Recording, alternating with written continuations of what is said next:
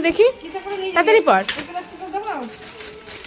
দাও দাও দাও, ঠিক আছে, ছাতাটা খুললে তুমি। কোথায় যাচ্ছিস? সিনেমা দেখতে। নাম, চশমা খুলে ফেললে কেন?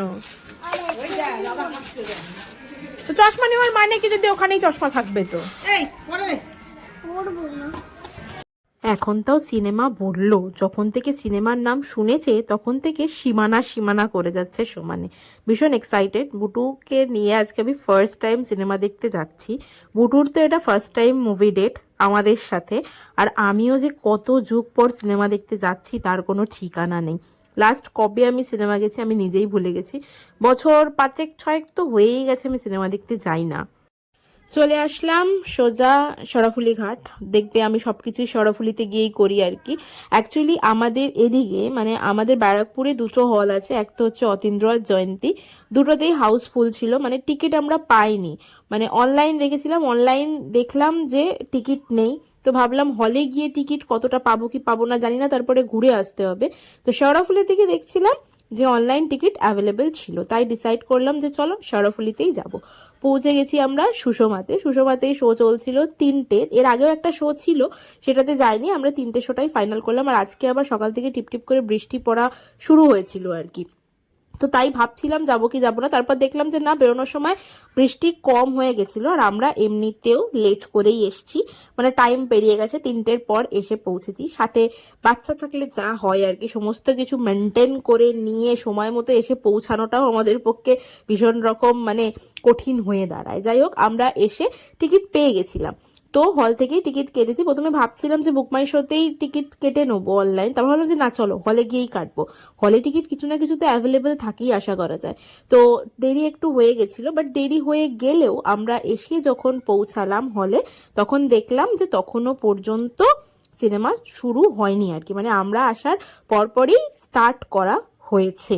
বুটুর তো হলে ঢুকেই সবার আগের বক্তব্য হচ্ছে এত অন্ধকার কেন, আলো জ্বালো বলে এক প্রকার চেঁচানো শুরু করেছিল। তারপরে ওকে চুপচাপ করে বসিয়েছে।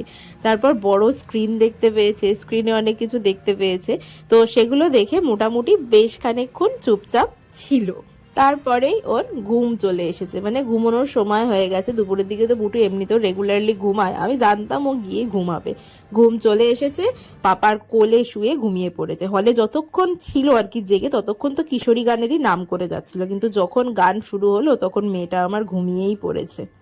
বুটু যা বলে সিনেমা দেখতে এলো, ওর তো সেটাই দেখা হলো না। তাই ভাবলাম আমি একটু গানটা ক্যামেরা বন্দি করে রাখি, বুটু ঘুম থেকে উঠলে বাড়ি গিয়ে ওকে দেখাবো। গানটা না ভীষণ পছন্দ হয়েছে মেয়েটারও, মানে এত বেশি ফোনে শুনেছে গানটা, গানটাকে মুখস্থ করে বেশ সুন্দর গুনগুন করতে শিখে গেছে। তাই একটুখানি নিজেই ক্যামেরা বন্দি করে ফেললাম আমি গানটাকে। তোমাদের তো আর গানটা শোনাতে পারছি না, তার কারণ কপিরাইট চলে আসবে, তাই এখানে আমার ভয়েস ওভারই করতে হচ্ছে। বেশ অনেক দিন পর, না দিন পড়া ভুল হবে, অনেক বছর পর একটা ভালো কমার্শিয়াল মুভি এনজয় করলাম বলতে পারো।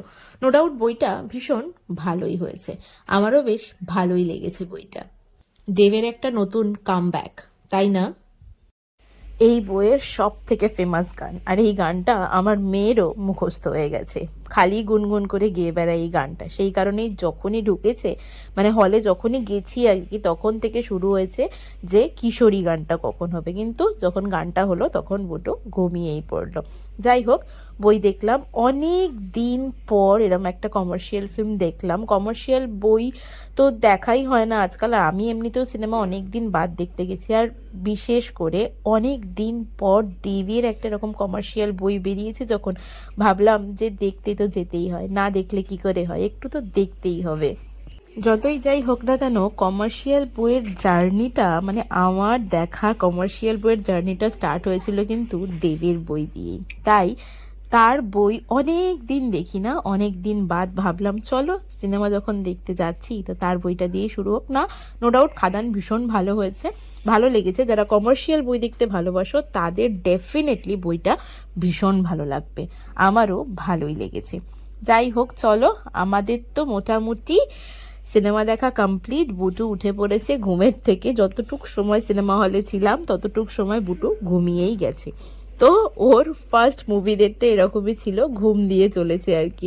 তাও আমি এটাই ভাবছিলাম যে বুটু ঘুমিয়েছে ভালোই হয়েছে, না হলে ঘুম থেকে উঠলেই শুরু হয়ে যেত কতক্ষণে বাইরে বেরোবো, অনেকক্ষণ রয়েছে, বিরক্ত করাটা খুব স্বাভাবিক ব্যাপার।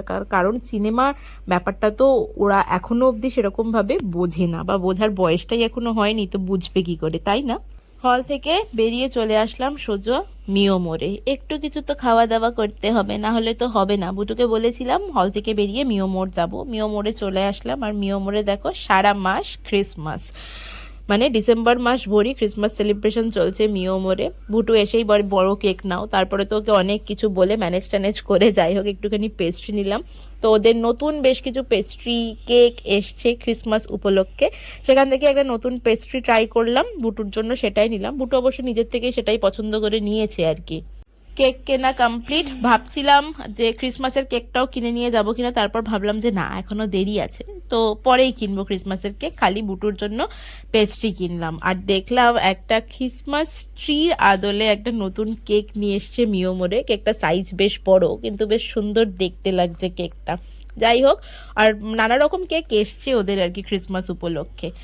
তারপরে বুটু দেখাচ্ছিল কি জানো, বুটু দেখাচ্ছিল কেকের সাথে ক্যান্ডেল নেওয়ার কথা। ক্যান্ডেল নিয়ে কি করবি সেটাই ওকে বলছিলাম। তারপরে টুকটুক করে বেরিয়ে চলে আসলাম বাইরের দিকে। বেশ সুন্দর করে সাজিয়েছে কিন্তু মিওমোরের ভিতরটা, এটা শেওড়াফুলির মিওমোর আর কি। আশা করি এই টাইমটা সমস্ত মিওমোর, শুধু মিওমোর না, সুগার অ্যান্ড স্পাইস বলো, যা যা আছে কেকের দোকান সব জায়গাতেই এরকম সুন্দর করে সাজানো হবে। আর শুধু কেকের দোকান না, সমস্ত জায়গায় ক্রিসমাস উপলক্ষে মানে অনেক জায়গাতেই সুন্দর করে সাজানো হয়। এই যে দেখো সান্তা ক্লজ, বুটু দাঁড়িয়ে দাঁড়িয়ে সান্তা ক্লজকে ভালো করে দেখছিল। তারপরে চলে আসলাম বাড়ি। বাড়ি এসে বুটু বসে পড়েছে পেস্ট্রি নিয়ে খেতে। কেমন খেতে? ভালো? খা, এবার কেকটা খা। চামচ কোথায়? খা।